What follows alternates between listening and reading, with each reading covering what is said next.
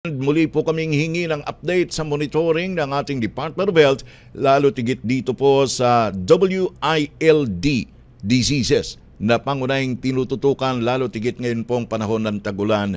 Asek Domingo, sir.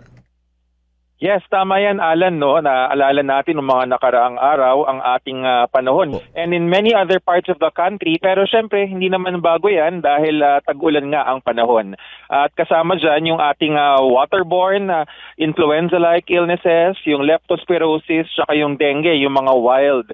Nakikita natin, sisimulan ko sa good news. Wala namang bad news, no? Pero may warning lang pagkatapos ng good news. Okay. Yung good news natin, yung waterborne numbers, at ano ba yung mga waterborne?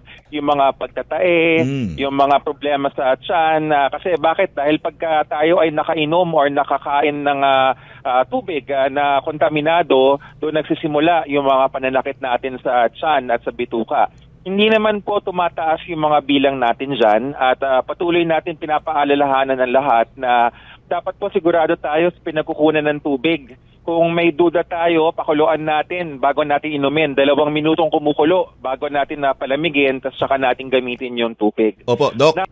Yes, ngayon yung iba, so yan yung good news. Yung waterborne hindi tumataas. Yung warning lang naman, hindi naman bad news. Okay. Nakikita natin, isa pang good news, yung influenza-like illnesses, hindi rin tumataas. Oy, Ano yung mga influenza-like illnesses?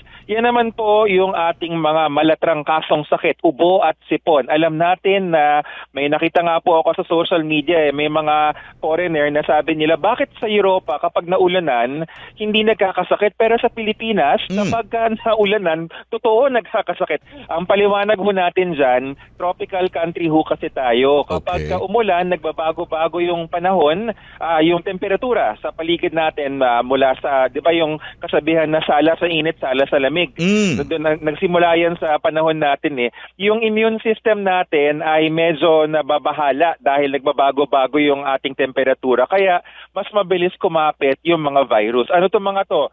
Si influenza A, influenza B, minsan yung sinasabing rhinovirus, no, yung common cold na sinasabi. Opo. Pero ang bilang natin ay hindi naman gaanong tumataas. In fact, mas mababa pa siya kumpara sa mga nakaraang taon, no. Pero again, ang aming sinasabi, dapat naguhugas lagi ng kamay, magandang ugali no, maghugas ng kamay, sabon at tubig para hindi napapasa-pasa yung virus. Ang leptospirosis, ito medyo tawagin natin siyang nanggugulat pagka hindi natin naagapan. So far, hindi pa siya nanggugulat. Pero kaya kami nag-aabang na sana'y huwag tayo magulat. Kapag ang isang tao po kasi ay napalusong sa baha, kahit may sugat o wala, basta kayo po ay napadikit sa tubig baha, isipin niyo ho na parang nakalusong ninyo yung ihi ng daga. Dati at siguro gagamitin ko na ngayon yung halimbawa. Tayo nga po ay hindi naliligo or lulublub sa ating pasintabi sa mga kumakain ng almusal. Opo. Sa inidoro, di ba? Hindi tayo nagtatampisaw sa inidoro. Kapag tayo ho kasi ay napunta sa tubig baha, parang napunta tayo sa inidoro ng mga daga. Bakit mga daga yun?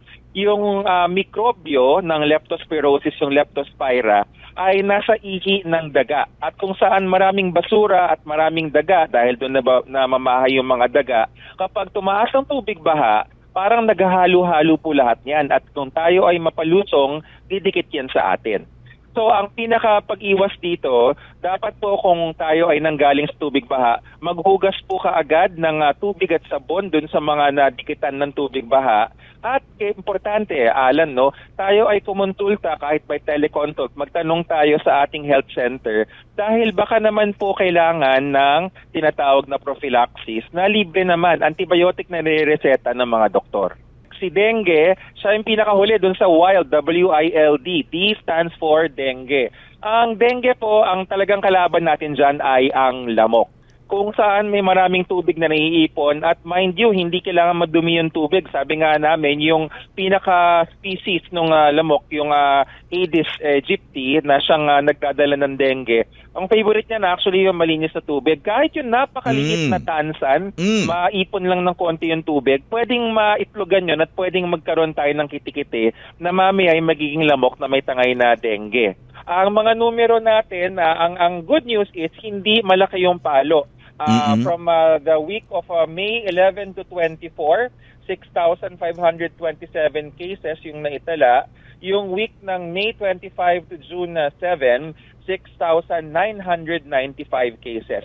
7% yung itinaas. Tandaan po natin, sa mga nakaraang linggo, may nakikita tayo ng bahagyang pagtaas, 6%, 5%, 7%. Konti-konting tumataas.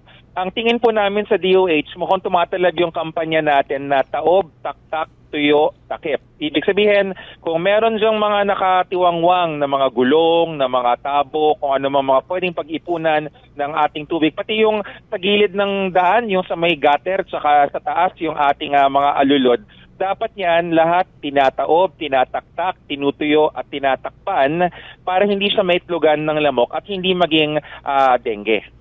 Ayun. So, kailangan malinis ang paligid. Walang mga nakaimbak na kahit na maliliit na volume ng tubig sa paligid.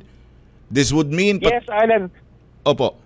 Oo, tama. Actually, yung halimbawa natin dyan, pati yung, alam nyo pati yung bote ng soft drinks. Kasi syempre, nakikita namin yan, pag rumoronda ang DOH, nakikita natin na may mga, syempre, sinusoli natin yung bote dahil may deposit yun, di ba? So habang inaantay natin, iniipon natin, akala natin, maliit lang naman yung bukana, yung pinakabibig ng bote, hindi yan papasukan ng lamok. Nako po, pinapasok yun ng lamok, pag naulanan yan, o kaya natapunan ng tubig, naiipon sa loob. Tapos hindi nyo lang po nakikita, may kitikitiho doon at doon nanggagaling yung lamok na pwede kumagat sa atin na may dengue. Ayan.